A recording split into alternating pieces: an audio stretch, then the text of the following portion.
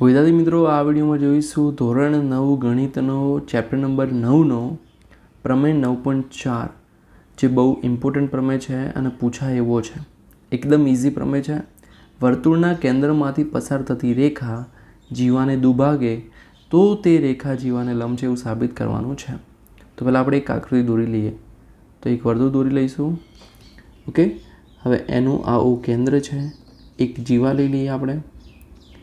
જીવાનું નામ આપી દઈશું AB.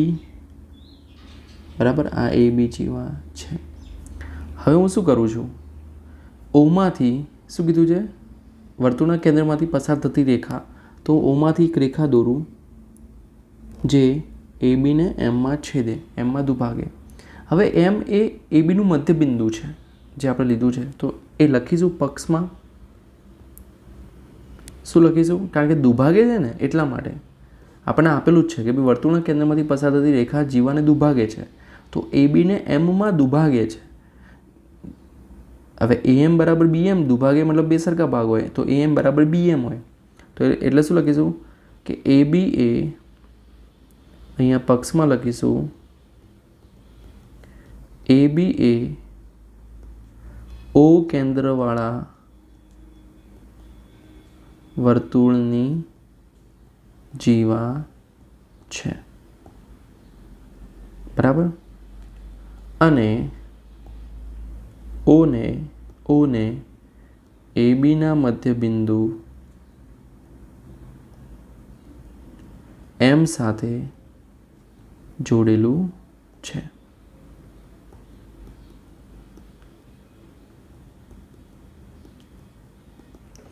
હવે જો M એ ABનું મધ્યબિંદુ છે, રાઈટ, તો AM બરાબર શું થાય?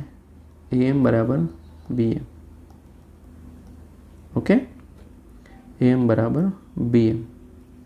હવે સાધ્ય એટલે આપણે જે સાબિત કરવાનું છે, આપણે શું સાબિત કરવું છે કે તે રેખા જીવાને લંબ છે, મતલબ OM લંબ AB આપણે સાબિત કરવાનું છે. તો લખી દઈએ OM લંબ AB. હવે આવશે આપણી સાબિતી. શું સાબિતીમાં આવશે? તો પહેલાં તો આપણે OA અને OBને જોડીએ. તો OA અને OB જોડો. તો ચલો જોડી દઈએ. તો જોડવું એકદમ સિમ્પલ જ છે. આવી રીતે ડોટેડ લાઈન બનાવી દઈશું. બરાબર, સેમ એ રીતે OB. બરાબર, જોડી લીધા. હવે બે ત્રિકોણ બન્યા, ત્રિકોણ OAM અને ત્રિકોણ OBM. તો લખીશું ત્રિકોણ OAM અને ત્રિકોણ OBMમાં પહેલું, આ જે બે બાજુ છે એ બંને બાજુ સરખી હોય, OA બરાબર OB. કેમ? કારણ કે ત્રિજ્યા છે. શું છે? ત્રિજ્યા છે. પછી AM અને BM સરખા છે. કેમ? પક્ષ આપણો બરાબર આપેલું છે ને આપણને કે ભાઈ M એ મધ્યબિંદુ છે, માટે શું થાય? AM બરાબર BM થાય. હવે OM છે બંને ત્રિકોણમાં છે, રાઈટ. OM બંને ત્રિકોણમાં છે, તો શું લખીશું? OM બરાબર OM. આ શું છે? સામાન્ય બાજુ. ઓકે, તો આમ બાજુ બાજુ બાજુ, તો બા પરથી શું આવશે? ત્રિકોણ OAM એકરૂપ ત્રિકોણ OBM. કઈ પૂર્વધારણા? બા શરત. બાજુ બાજુ બાજુ મુજબ. તો માટે શું થશે? ત્રિકોણ OAM અને OBM એકરૂપ હોય તો ખૂણો OMA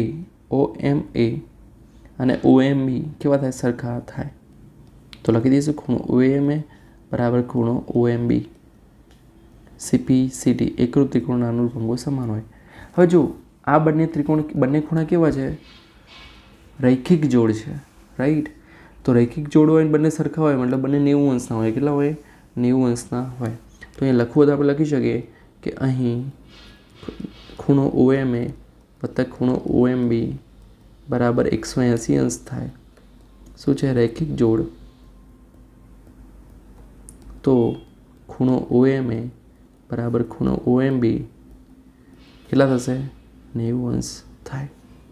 તો આમ શું થાય? OM લંબ AB સાબિત થઈ ગયું આપણું. માટે OM લંબ AB બરાબર. કાટખૂણા સાબિત કરવાના હતા, થઈ ગયા. એકદમ ઇઝી દાખલો હતો. પ્રમેય એકદમ ઇઝી છે બરાબર, આવડે એવો છે. એકવાર જાતે હવે પ્રેક્ટિસ કરો, લખી દો એકવાર બરાબર. પછી ફરી કાલે લખજો, 2-3 દિવસ લખજો, એટલે એકવાર મતલબ મગજમાં એકદમ ચોંટી જાય બરાબર. પછી ફક્ત રિવિઝન કરવાનું જ રહે. તો વિદ્યાર્થી મિત્રો, ફરી મળીએ નેક્સ્ટ વિડીયોમાં. ત્યાં સુધી ગુડ બાય, ટેક કેર.